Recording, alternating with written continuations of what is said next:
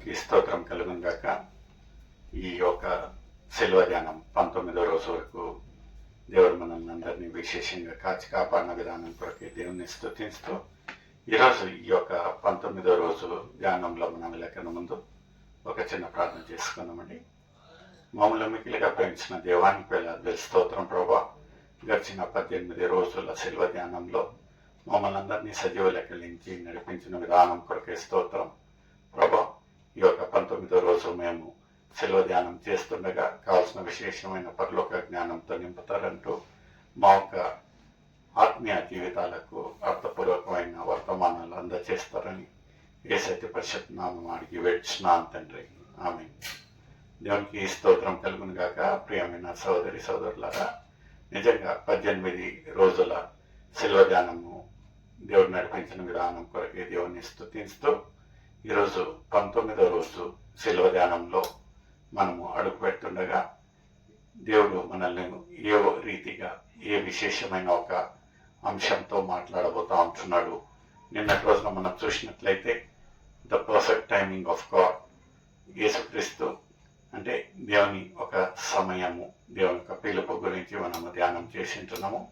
ఈరోజు మనము ఆ ఒక విశ్వాసము అంగీకరించుట అనే ఒక అంశం గురించి మనము ధ్యానం చేద్దామండి. ఈరోజు వాక్య భాగము మత్తయి రాసిన సువార్త 15వ అధ్యాయము 21 నుంచి 28వ వచనం వరకు మనము ధ్యానిస్తామండి.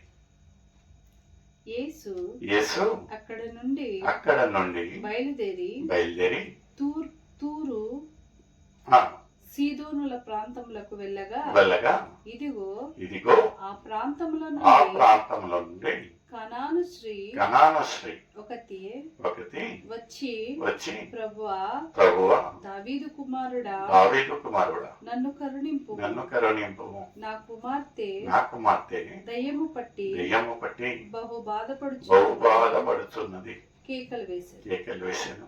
అందుకైన ఆమెతో ఒక్క మాట అయినను చెప్పలేదు. ఇది మనము చూసినట్లయితే యేసుక్రీస్తు ఆ ఒక వేరే ప్రదేశాలకు ఆ ఒక వాక్య సాగుతూ వెళ్ళేటప్పుడు ఈ యొక్క ప్రదేశానికి వచ్చినప్పుడు ఏమవుతుందంటే ఒక స్త్రీ, కానాను స్త్రీ, ఈయన ఆ ఒక పట్టణానికి వచ్చినట్టు తెలియగానే ఈయన దగ్గరికి వచ్చి ఏమంటా ఉంటున్నదంటే ఆమె కుమార్తె గురించి, యేసయ్య నా ఒక కుమార్తె దేంతో బాధపడతా ఉంటున్నదంటండి, దెయ్యం పెట్టి బాధపడతా ఉంటున్నది, మీరేమన్నా కనికరించి ప్రార్థించినట్లయితే నా ఒక కూతురు స్వస్థపరుస్తుందని ఒక విశ్వాసంతో ఇక్కడక్కడ పోకుండా ఆ ఒక గొప్ప విశ్వాసం చూడండి.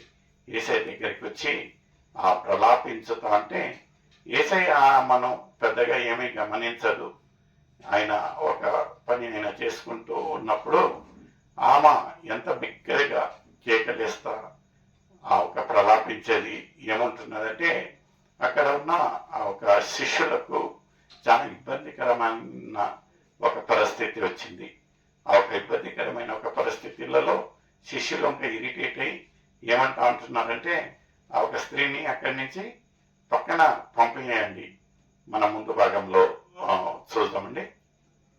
అందుకైన ఆమెతో ఒక్క మాట అయినను చెప్పలేదు. అప్పుడు ఆయన శిష్యులు వచ్చి ఈమె మన వెంబడి వచ్చి కేకలు వేయుచున్నది గనుక ఈమెను పంపివేయమని ఆయనను వేడుకొనగా ఆయన ఇశ్రాయేలు ఇంటివారై నశించిన గొర్రెల యొద్దకే కాని మరి ఎవరి యొద్దకును నేను పంపబడలేదు. ఇప్పుడు అక్కడ యేసయ్య ఎందుకు ఆమెను పట్టించుకోవటం లేదు, నిర్లక్ష్యంగా ఉంటున్నాడు అంటే ఇక్కడ ఆయన ఒక ప్రణాళిక పైన ఈ యొక్క లోకానికి తండ్రి పంపినట్టు ఆయనకు బాహాటంగా తెలుసు.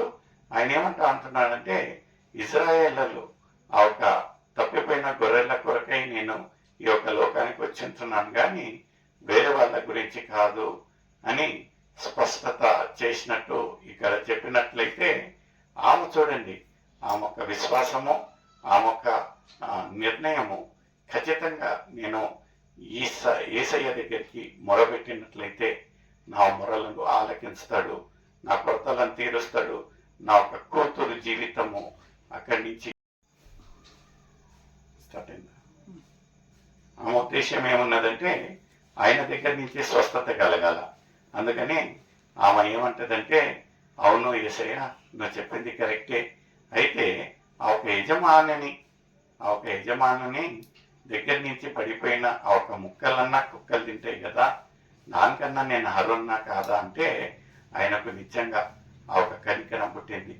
ఆమె ఒక తగ్గింపు, ఆమె మాటలు విని ఆయనకు ఎక్కడ లేని కనికరము, ప్రేమ పుట్టి ఆయన ఏమన్నాడంటే, అమ్మా నీది గొప్ప విశ్వాసము, నీ యొక్క విశ్వాసమే నీ యొక్క కూతురు జీవితాన్ని కాపాడింది, స్వస్థత కలిగింది, మీరు ఇంకా వెళ్ళొచ్చు అని ముందు భాగంలో మనం వింటా ఉంటున్నామండి. అందుకు యేసు అమ్మా నీ విశ్వాసము గొప్పది, నీ విశ్వాసము గొప్పది, నీవు కోరినట్టే నీకు అవునుగాక అని ఆమెతో చెప్పెను. మనం ఒక విశ్వాసంతో వచ్చినట్లయితే అదే గడియలో మనము ఆమె కూతురు కుమార్తె స్వస్థత కలిగింది. అదే క్షణము మనం ఒక విశ్వాసంతో దేవుని దగ్గర ఒక తగ్గింపుతో ఒక భారంతో వచ్చి మొరబెట్టినట్లయితే అదే క్షణము విశ్వాసం కలుగుతుంది.